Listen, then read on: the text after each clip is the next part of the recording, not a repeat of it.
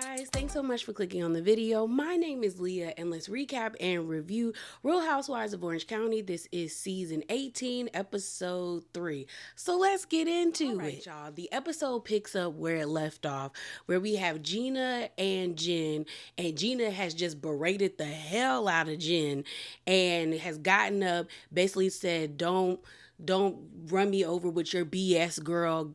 Leaves the coffee shop that's full of people that honestly I would be so nosy. Cause I told y'all the phone would have been out. I'd have been like, you see her? And so Gina gets in her car, she drives off and she calls Emily. You got Jen sitting there like, did that really just happen? Like, did she really just come at me like that? Like, did that really just take place? And so she decides to call Shannon. So while she's on the phone with Shannon, Jen is just like, girl, Gina just went off on me, telling me that I don't pay my bills, that I'm just this horrible person. Like, I just can't believe she just did this to me. And Shannon is, I think she was like walking her dog, but she ends up saying that, like, I can understand why Gina is frustrated, but I don't think she should have came at you like that either. But y'all just need to talk. And Jen is like, I'm willing to talk to her, but she got to be able to sit down and have a reasonable conversation with me. If she can't do that, then where do we go from here? And so Jen ends up telling Shannon that, you know, they're still in, I guess, the legal proceedings of the divorce. Like, she doesn't know what she's getting out of this divorce. So she was like, I would have never, like, I didn't purposely do this. This is what basically Jen is saying. She's like, I never purposely went into this home thinking that my husband wasn't going to cover the rent. Like, I did not get into a house, like I didn't do this on purpose. Like, Jen is like, I did not do this on purpose. I didn't do this to hurt Gina. And so they show us a flashback of Shannon and, you know, Gina and Emily when they were at the, what's it called? At, like, you know, the underground gym that they was at playing flag football. And you see the conversation where Gina pretty much is like, girl, I'm out of $50,000 because I helped Jen. Like, I'm over her at this point. And so basically Shannon is just trying to encourage Jen to have a conversation with Gina. So like I said, Gina got in the car, sped off, and she got on the phone with Emily. And basically Gina is just venting to Emily like she's stupid. Like, I don't get how she doesn't understand this. And she's like trying to tell me, like, you know, you was in a casita. I thought you would understand. That was some good shade, Jen. And Gina's like, I do understand. I downsized because I had to. I was in that casita because I had to be in order to make sure that I was okay. You're waiting for somebody to save you. You're waiting on your husband's checks. Like, you don't have those options anymore. Get on your feet and go out there and get it yourself. I don't have sympathy for you.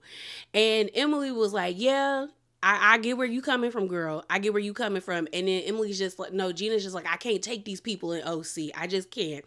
So then Gina says, you know, we'll have fun at your, you know, flag football. I'll be in full glam. And then Emily's like, I can't wait to see broke Barbie. Now, Emily was being very, like, nasty throughout this episode as it pertains towards Jen. And when we get to her segment, I'm going to expound on why I think Emily has been, you know, is behaving this way towards Jen. It's the next day. It's finally the flag football day. And we see everybody pull up to the beach. They're at some, like, restaurant that's, like, I guess right beside the beach, and they're all meeting in that area. The tension between Jen and Gina is very palpable. Like, you can tell that they both are feeling awkward and don't really want to be around each other. They pick teams. Emily, Shannon, and Gina are on a team together with Emily's other friends that have came, and they're called Team Destroyer. So that leaves Tamra, Katie, Alexis, and Jen for the other team, and they're called Team Love. And Heather was like, I'm not playing. I'm a referee. And I would have been Heather because they were all like drinking this margarita mix that they had there and running on sand. I was like, that is a disaster of people just throwing up. Also, I was trying to figure out, is this happening in the morning or midday? Because I'm like, if y'all drinking margaritas at 8 o'clock in the morning, everybody got a problem at this point. But then again, I do like me a good mimosa or a breakfast margarita when I go to brunch. So I can't fault the ladies too badly. So while they're sitting down at the tables and everyone is like making their t-shirts for the teams that they're on, they're separated. So at one picnic table is Shannon and her team. At another picnic table is Jen and her team. So you got Jen sitting down at the table and she says, Katie, girl, did you talk to Gina? And Katie's like, no, what happened between you and Gina? And Jen is like, girl, Katie, your friend read me my rights. She ate me up. She ate me up, told me that I didn't pay my bills, that I burned her, that like I'm stupid. And Alexis is like, girl, she said all of that to you. And she was like, yeah. She was like, she like Gina, yeah, like when did this happen? And she was like a few days ago. And Alexis is like, ooh, girl. Ooh. So then Tamara says in her confessional and tells Jen, she was like, I understand where Gina's coming from. Like, this is a new career for her. She doesn't want to ruin it. But she was also like, I don't think Jen did any of this on purpose. But also, girl, why are you like in a house that you can't afford? Like, why did you sign the papers for a house that you can't afford? And I agree with Tamara. Katie said the same thing where she was like, she understands that Gina is upset because she severed or hurt this relationship that she had with this realtor, but she also doesn't think Jen did this on purpose. So it's kind of just like they both were in a sticky situation. So at the other table, Shannon like, girl, did Alexis talk about her sex life at the party? They were like, yeah, she said her and John be doing it like 4 times a night. And Shannon in the confessional was like, what pills is John taking? That's a 62-year-old man. I said, she not lying. And I said, Alexis, is you trying to get that man a heart attack? Because why are y'all having 4 times a night, ma'am?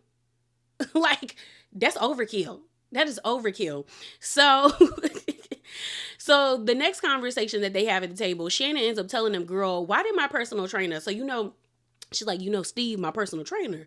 They's like, yeah, girl, why he tell me that Alexis and John was at the gym the other day? And everyone was like, why are they at your gym? She's like, that's what I'm saying. And so Gina's like, there are so many gyms in Orange County. Everybody got a 6-pack. Why are y'all going to this gym? Mind you, when I first saw this, because I watched the episode twice, I was like, Shannon, you doing too much. But then I thought about it. If they have not been at that gym and they just decided to go to that gym, because I do not remember John being athletic when he was with Shannon, I would be irritated if I was Shannon. Sometimes gyms are like people's like safe space to like unwind and like decompress. And if that was Shannon's space, then yeah, why you at my space, bro? Leave. That's like if you go to like a park. Yes, a public park. You don't own the public park. But if you know I'm gonna be at this park every other day, walking my dog or hanging out with my friends, you don't need to be there. Give it time. Give it a year and then show up, sir. Like what? So Shannon is like, they need to pick a different gym. So everyone disperses after they make their t-shirts, so they're all about to get on the sand to start playing football. And then before the game starts, we end up seeing Alexis and Gina have a conversation, and Alexis like, girl, I heard you got a mean arm because my trainer, John's trainer, where our trainer said they saw you at the gym. And so Gina was like, girl, you really going to that gym? Like, that don't make you feel awkward because that Shannon be there all the time? And Alexis is like, no, like she ain't been there in 6 months. So why should I care? That's not her gym. And to Alexis' credit, that isn't her gym. But I'm with Gina. That's awkward. I don't want to be anxious thinking I'm going to run into my ex, especially if the situation is messy like this. Because again, Alexis doesn't owe Shannon any loyalty. She doesn't owe her any loyalty. But it's still a messy situation because it seems like Alexis has on her pick me hat and she is trying her best to vindicate John Jansen. And I'm like, for what? It'd be totally different if you were just dating this man and like that's just what it was. But you are making dating him your personality on this show, and it's already getting old and we 3 episodes in. I thought I was going to think it was funny, but now I'm over it. I'm over it. So Alexis is like, she don't own that gym. So, like I said, Heather is referee. She blowing the mess out of that whistle. And before they start playing the game, we have a conversation between Gina and Shannon. And Gina was like, well, I just talked to her about the gym thing. And she said it was, our gym, like her and John's gym. And Shannon said, well, that's my gym. Okay, she trying to act like she nice, being nice to everybody, trying to infiltrate.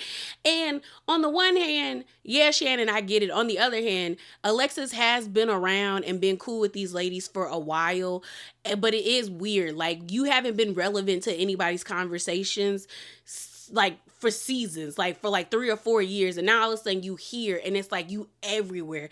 That gets annoying really quick. So I can understand Shannon being over her being around. So then we have this scene of everybody sitting down after the game. Emily's team wins. I knew they was gonna win, but we have this sit down between all of the ladies, and things get heated. I said things heat up. So everyone's done, like, they just finished playing the game. Everyone's getting pizza and they cup a margarita mix, and they sit down at this picnic table. At first, there was only Katie, Jen, and Shannon at the table, and Shannon is encouraging Jen to have the conversation with Gina. So then the rest of the women come and sit down. So pretty much Shannon says again, I think Gina and Jen need to have a conversation so that they can move on from this situation. So then I think Gina was the first one to kick it off, where she was just like, I'm not happy how things ended between us, but like I'm really mad at you, Jen. And Jen is kind of like, I'm trying to understand why. Like, I reached out to you for help. And so Gina's like, yeah, I helped you because we've been in this situation before, but you burned me. And so Jen is like, how did I burn you? And I'm like, I think Gina, let me just say, Jen ends up giving Gina an apology, but it wasn't good enough for Gina. I just think Gina wanted to get this off her chest and really like drive it home how much Jen did her wrong in her mind. And Emily was no help by a dog paddling, because they were really like hammering on Jen to the point Jen started crying. And honestly, I'm not the biggest fan of Jen, but I didn't appreciate Emily being in the amen section. I was like, Emily, shut up. Like, shut up. Lead it. Like, Gina is doing fine. She don't need your help. So basically, Jen is like, I'm sorry, I should have called you. My bad. Like, my bad. I'm sorry. And so Gina was like, yeah, but you burned me. And she was like, do you not understand that, like, I had a good relationship with this realtor, and now she won't even take my calls? Where then Jen was like, she takes my calls. And then Gina was like, of course she takes your calls. She's representing the woman's house that you're living in, that you're squatting in. The way Tamara almost choked on her pizza because she said, ooh. And then Heather was like, can we not? So both Heather and Tamara was like, can we not say she's squatting? She's not squatting. Don't say that. Don't say that. So then Jen starts to get emotional. She's like, I'm not squatting. And then Emily's like, you are squatting. Technically, you are squatting. Legally, you're squatting. So then as they're sitting down at the table, Tamara ends up speaking up for Jen. And she's just like, oh, let's put some logic into this. Jen has never really been on her own. She's only been separated from William for like 2 or 3 years. And she got married really young. And in that article I read for you guys, last episode review in the Spicy Corner, it stated that Jen and William got married in like 2000, I think 1 or either 2002. So they had been married for like 23 years, okay? Well, 22 years, 22 or 23 years. And she's 46 now, which means when she married him, she was either 21 or 24. Not 21 or 24. She was between the ages of 22 and 24. I can do math, y'all. I can do math. And so Tamara was like, she's never really been on her own. They even have a point in the confessional where they asked her, have you ever had a credit card? And she was like, I've never had anything in my name. And she was like, this is a new feeling, like this fear and this, this stress and this anxiety of how I'm going to take care of myself. Like, it's terrifying. And so it makes sense why she's kind of being slow on the uptake, but then it's kind of like you can't really give her that much grace, because it's like, one, you're 46 and you have 5 kids, girl, and they're with you full time. Like, you have to do more. Like, you got to get to running, you know what I'm saying? And so while they're sitting at the table, you see Emily do this thing like, girl, she's stupid. And then Jenna's like, Emily, why are you being so judgy? And I'm like, yeah, Emily, why are you being such a dick? like you're being a dick right now, a certified asshole right now. And she was like, so Emily was like, you could go to court, you could speed this process along.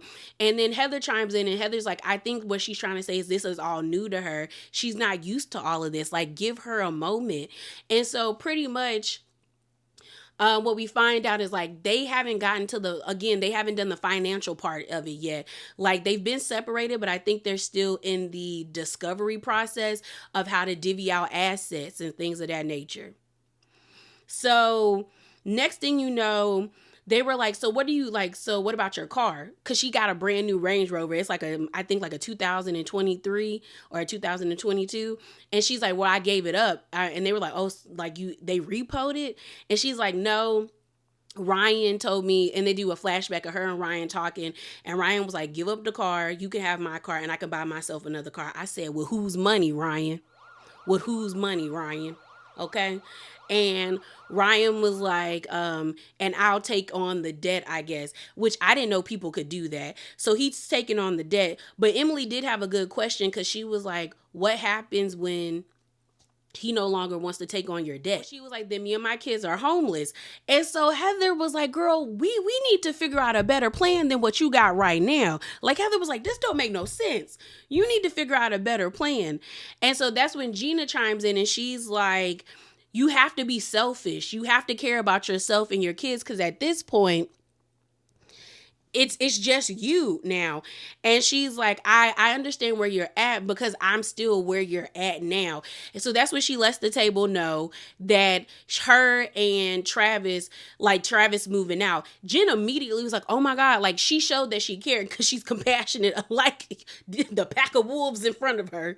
And so that's when Heather was like, I knew there was something going on, because we find out that a few days ago, Heather and Gina had a conversation where Gina's explaining about how, Travis got so much baggage with him and his ex-wife, and I'm moving forward, and I'm able to build a lot more because me and Matt are okay. Like, or is it Matt or Zach? Either way, her ex-husband, but his stuff is like weighing him down.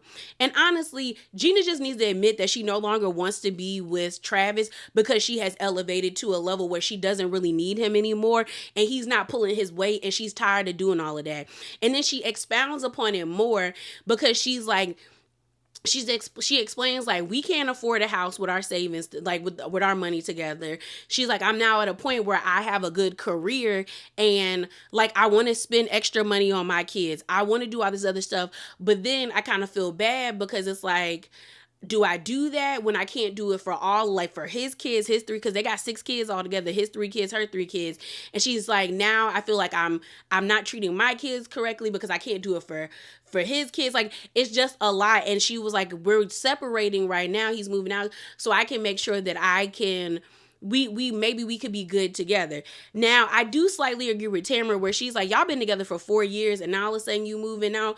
But I also think like you have to do what works for your relationship. If him moving out is going to help y'all be in a better place, then do it. But I honestly think Gina has outgrown this relationship, and she just doesn't know how to tell Travis, I don't want to be with you no more. And I think she feels bad because she got with Travis and he was there for her during the time of when she had that DV situation with her ex-husband, and she fell on hard times. But now she's at a point where she's elevated, but it don't seem like Travis is elevated, and he's still like, it doesn't make any sense that Travis is still getting a divorce. And I think him and his wife, or his ex-wife and him, have been trying to get a divorce for at least like 6 years or something. Like, what's going on? And we also don't know what Travis do. We still don't know what Travis does. Last season, Travis was supposed to be doing the realtor thing with Gina. We ain't yet heard him sell or still like be a realtor or do anything. So what does Travis do? Where he getting his money from? But Gina ends up apologizing to Jen, saying like, I want the best for you. I don't want bad for you, Jen. Like, I hope you don't think that. It's just that I'm still at this point where I'm still trying to gain my footing as well. And honestly, after watching the first scene where they were arguing at the table, I got fear from Gina. Do I think Gina's like reaction towards Jen is a lot? It is. Like, it's very like it's out of the ordinary. Like, okay, girl, we get it. You mad, she hurt you, but like you were like on her. But then I looked back and I said, oh, she's scared. Like she is terrified. Like Gina is terrified that like she messed up so badly with this job that now she's going to be back at square one. And it seems like Gina is like, I'm never going back there. So if I got to run you over to make sure that me and my kids are okay, I will do that. Because that's what it was given. And then when she ended up crying at the table, talking about how she is like financially, she's still trying to gain her footing, it clicked. I said, oh, you're scared. You're genuinely scared. Like you're scared. You might also have a tinge of jealousy that Jen still looks good during her struggle, but it's given that you're scared, ma'am. And it made so much more sense because I was just like, oh, girl, yeah, you scared. You're scared. This scene of Emily and Shannon going to go take sexy photos. Emily's doing it as like a celebration of her losing 40 pounds. And honestly, y'all, this whole conversation and the conversation Emily had with Shane made me uncomfortable because I feel like we're watching Emily have an eating disorder. If we're being all the way 100, if I'm being all the way 100, like she is hyper focused and fixated on not going back and getting fat. And I totally understand. As a fat girl myself, I understand. And like Shannon said, her weight fluctuates and so does mine. I can lose 20 pounds and then gain it right back. And I'm trying to learn how to like break that cycle, but I understand what it can be like to like fixate on your weight. Now, I've never had an eating disorder and I hope I never do, but listening to how Emily punishes herself for not going to the gym or not eating properly, and then she was eating soup and that soup looked so bland, I was just like, yeah, girl, this is a lot. Like, this is a lot. And she talks about how, you know, when she was younger, she was a big girl. But, like, when they showed the pictures, she doesn't even look big. She just looks like Emily's an Amazon. And honestly, if she would own that she's an Amazon, she probably would feel better about herself. But like she says, like, it messes with your mind, her living in Orange County. And that we have to be honest, there are regional beauty standards on each sides of the coast. There are racial beauty standards and cultural beauty standards.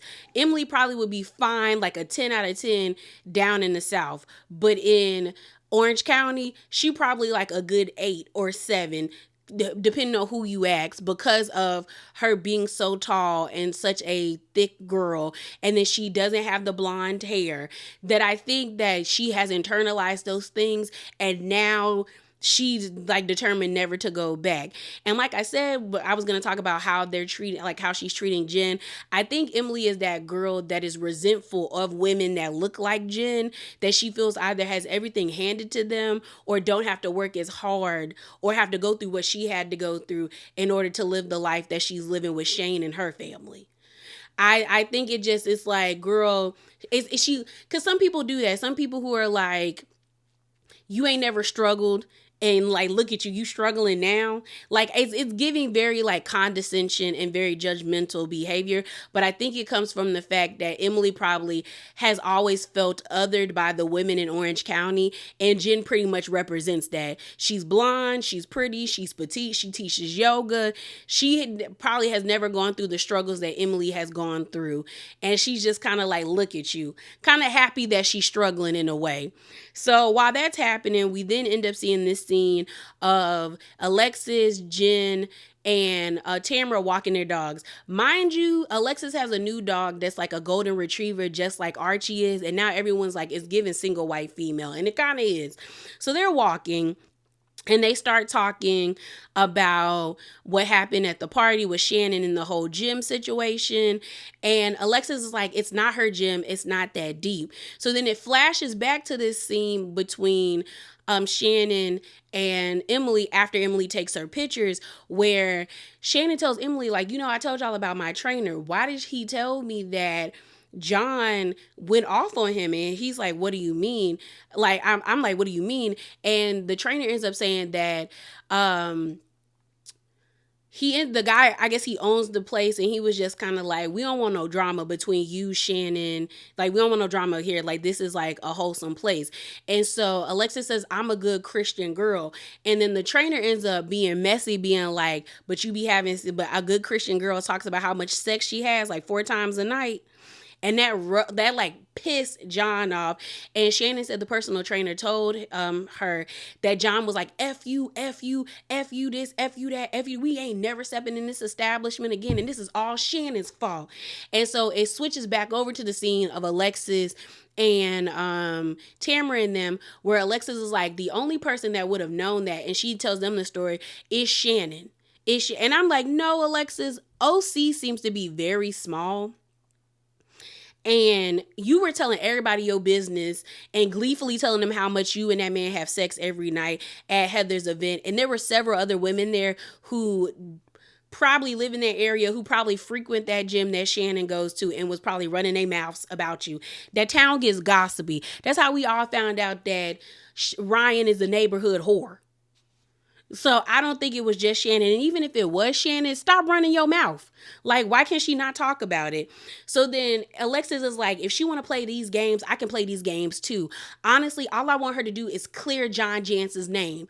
And Tamara's like, that's never going to happen. And she was like, well, John is getting to the point where he's tired of her disparaging his name. And I'm like, you just got here, Alexis. Why are you being Captain Save-A-Ho this quickly? And then so it goes back to Shannon's scene with Emily, where Shannon basically says he's doing everything that he did for me to her. He is love bombing her. He bought her the ring. He's taking her to all of the places we went to. He took her to the same hotel restaurant that he took me for my birthday last year. Like, girl, you not seeing the red flags here? Like, if you trying to be me, just say that. And I said, Shannon. But it is giving that John is love bombing Alexis, and Alexis is soaking it up and she's loving it. The next scene we have is of Sutton pulling up on Katie and Gina. And I was happy. Like, I like when the housewives have like crossover episodes, or like when they come in and hang out with the girls. Like, I like seeing them. I like to see when the girls come together. So they're sitting down at this restaurant, and we find out that the reason Gina knows Sutton is because Matt used to work at Sutton's husband's company. And like Gina said, she got better in the divorce. She really did. She really did. So that's how they know each other. And then Katie and Sutton know each other because Sutton brings up, like, you know, we're both from Georgia. I thought Katie was raised in California, but no, she's a Georgia girl just like Sutton. And so Sutton is like, I'm from Savannah. She's from, I think, Atlanta. And she was just saying how, you know, I met her at a golf event because, you know, in Savannah, they always having golf tournaments, which is true. And so someone told me I needed to get it, like, I need to know who Katie was. And so in the confessional, Katie says, you know, I met Sutton. And she looked at me and she said, I think you a little, like, I think she said you're a little dim or something. You know, Sutton be quick to like throw digs out there. And then Katie said, who dim? What we talking about? And she said, I think Sutton liked that. So that's how they became friends, because they were straightforward and blunt with each other. So then Sutton talks about how she lived in Orange County, I think in like 2018. And she's like, did she say 2000? Either 2008 or 2018, but I think it was 2018. She was like, I made a lot of friends here, like a lot of good friends here. So it's important that, you know, you branch out. And Katie said, you know, Gina told me the same thing. And she was like, well, what about Heather? Like, have you got in contact with Heather? She was like, girl, I just got off the phone texting her. And Katie said, you know, the first time I met Heather was at your Christmas party. Here we go with this Christmas party again. And she said, you know, Heather stared me in my eyes and looked me up and down and then turned around. She didn't say anything to me. And then she said, I saw her on a picture, like on Instagram. I liked it. And then she tagged me in the picture. And I was like, what are we doing here? And so Katie has a hard on for Heather. Now, don't get me wrong. Is Heather kind of being shady? Yes. But I'm like, these are not reasons to like have an issue with the lady. Because I'm not going to lie, I've had moments with people that I've actually become friends with who, when we first met, they was kind of shady towards me and I was shady back. And then when we talk about it, like now that we've been friends, we laugh about it now where I'm like, yeah, girl, you was shady. And they was like, yeah, because I ain't know you and I ain't know what you was about to give me. And I said, and I gave it right back to you. So I'm just kind of like, Katie, girl, what? So then Sutton was like, I wouldn't go against Heather. And neither would I. She's a Capricorn. Don't do that. Y'all be setting yourselves up for failure, except if you go up against Sheree. But then again, if you get Sheree activated real good, she start going off. But Sudden is like, I wouldn't go up against Heather. And then she makes this analogy where she said, have you ever heard like if a pig go up into the kitchen, what does the chef do? They make bacon. She gonna make bacon out of you, girl, because she gonna eat you up. Like, I wouldn't do that. But Katie says she ready for whatever. But I don't think it's that deep. I think, Katie, this ain't that big of a situation. So then the next scene we have is of Emily and her kids at the house.